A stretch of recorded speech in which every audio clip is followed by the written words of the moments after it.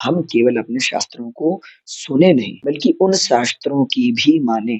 उनमें लिखी हुई या उनके द्वारा वर्णित जो सिद्धांत हैं, उनको हम अपने जीवन में उतारें। आप अगर आज देखें तो समाज में जातिवाद से बड़ा दुःख और कुछ दूसरा नहीं है।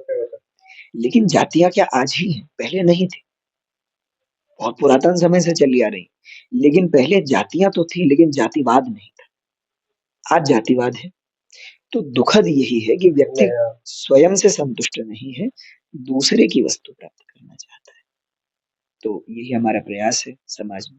अब गौवंश की बड़ी दुर्दशा है, कथाएं भी हो रही हैं, हम जानते भी हैं। समाज प्रकृति एकदम बदलाव नहीं देती है। आप अगर प्रकृति को ध्यान से देखेंगे, आप किसी पेड़ को देखिए, आप आज बीज बोएंगे तो कल ही वो फल नहीं देगा। आज बीज बोएंगे, फिर अंकुरित होगा, पौधा बनेगा, पौधे से पेड़ बनेगा, पेड़ पे फिर समय आने पे फल लगेगा। एक लंबा समय, प्रकृति हमेशा समय लेती है और प्रकृति का अपना एक सिद्धांत है।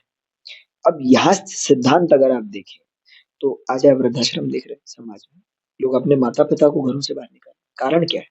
पहले क्या हुआ? आपने देखा होगा हमारे पहाड़ों में भी कि ऐसी कई वस्तुएँ जो काम की नहीं है, लेकिन हमारे पूर्वजों की पहचान है तो हम उनको सँभाल के रखते हैं। भले ही वो हमारे काम नहीं आ रहे, लेकिन उससे उनकी यादें जुड़ी हैं तो हम सँभाल के रखते थे। फिर एक समय आया लोगों में, एक भावना आई कि ये अब काम का नहीं है तो इसको हटा दिया जाए। लोगों ने उसको हटाना शुरू किया। फिर समय बीता, अगर आज की भाषा में कहूँ तो सामाजिक भाषा में तो विकास और हमारी भाषा में विनाश।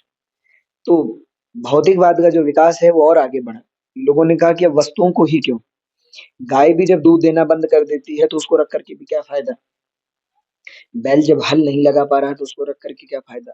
उनको निकालना शुरू किया। फिर समय और बीता, मनुष्य का और विकास हुआ। फिर विकास क्या हुआ? उसकी नज़र अपने माता-पिता पे पड़ी कि एक समय के बाद ये भी काम के नहीं रहते तो इनको रख कर के भी क्या फ़ायदा? तो फिर लोगों ने उनको निकालना शुरू किया। अब आज लोग दुखी हैं कि लोग माता-पिता को निकाल रहे हैं, लेकिन ये नहीं समझ रहे कि इसकी शुरुआत कहाँ से है? इसका बीज कहाँ पड़ा? तो अगर आप आज अपने बच्चों को ये शिक्षा देते हो कि गाय जब दूध नहीं देती तो उसको निकाल दो। कल वो आपके प्रति भी यही दृष्टिकोण रखेगा कि जब आप कुछ करने में समर्थ नहीं हो तो आपको भी निकाल दिया जाए। तो गौवंश भारत की संस्कृति है और गावो विश्वस्य मातरः, गाय विश्व की माता है। आप अगर देखें तो गाय संसार को क्या नहीं दी। भगवान श्री कृष्ण से लेकर के और भगवान श्री राम अगर आप देखें, तो राम जी के लिए गोस्वामी जी मानस में लिखते हैं कि विप्रधेनु सुरसंत हित लिन्हि मनुज अवतार। विप्रधेनु, धेनु यानी गाय का, भगवान का अवतार गाय की रक्षा के लिए हुआ है। लेकिन आज समाज की संस्कृति क्या है? आज हम लोगों के घर पे गाय नहीं है और जिनके घर पे गाय है वो लोभ से उसकी सेवा कर रहे हैं। कुछ स्थितियाँ मेरे देखने में ऐसी आई जिनसे मेरा हृदय बड़ा विदीर्ण हो गया कि आपने देखा होगा पहाड़ों में लोग क्या करते हैं। अभी एक जगह की मेरी मुझे घटना पता चली, मुझे बहुत दुःख हुआ। उन्होंने क्या किया कि गाय ने जब दूध देना बंद कर दिया तो वो गाय को जंगल में छोड़ा। लेकिन गाय का एक स्वभाव है कि वो अपने घर लौट कर के आती है। अब गाय वो 2-3 बार छोड़ कर के आए, वो फिर घर आ जाए, क्योंकि उसका तो ममत्व जुड़ा है उस परिवार से। भई उसने अपने बच्चे को दूध ना पिला कर के आपके बच्चे को दूध पिलाया है। आप विचार करिए उसका क्या प्रेम होगा उस घर के प्रति। अब जब 3-4 बार भी गाय घर लौट आई, तो वो गाय को जंगल में एक पेड़ से बाँधा है।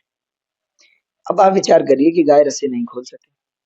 अब उसको वहाँ घास मिली नहीं, पानी मिला नहीं और किस स्थिति में तड़प-तड़प करके उसकी मृत्यु हुई होगी, इसकी कल्पना करिए। तो आप सामाजिक विकास का करेंगे क्या? कौन-सा विकास आपको चाहिए? आज आप प्रकृति को नष्ट कर रहे हैं, आज आप पेड़ काट रहे हैं, आज आप नदियों को प्रदूषित कर रहे हैं, आज आप जीव-जंतुओं के प्रति ये स्थिति आपके हृदय में ये दुर्भावना है, आपको लगता है कि हमारे ही प्राण-प्राण हैं, बाकी जितने भी जीव-जंतु, पशु-पक्षी हैं, इनका कोई अधिकार धरती पे नहीं है। तो कौन-सा विकास? आप किस विकास की ओर बढ़ रहे हैं? तो मुझे तो ये लगता है कि समाज विकास की ओर नहीं, विनाश की ओर जा रहा है।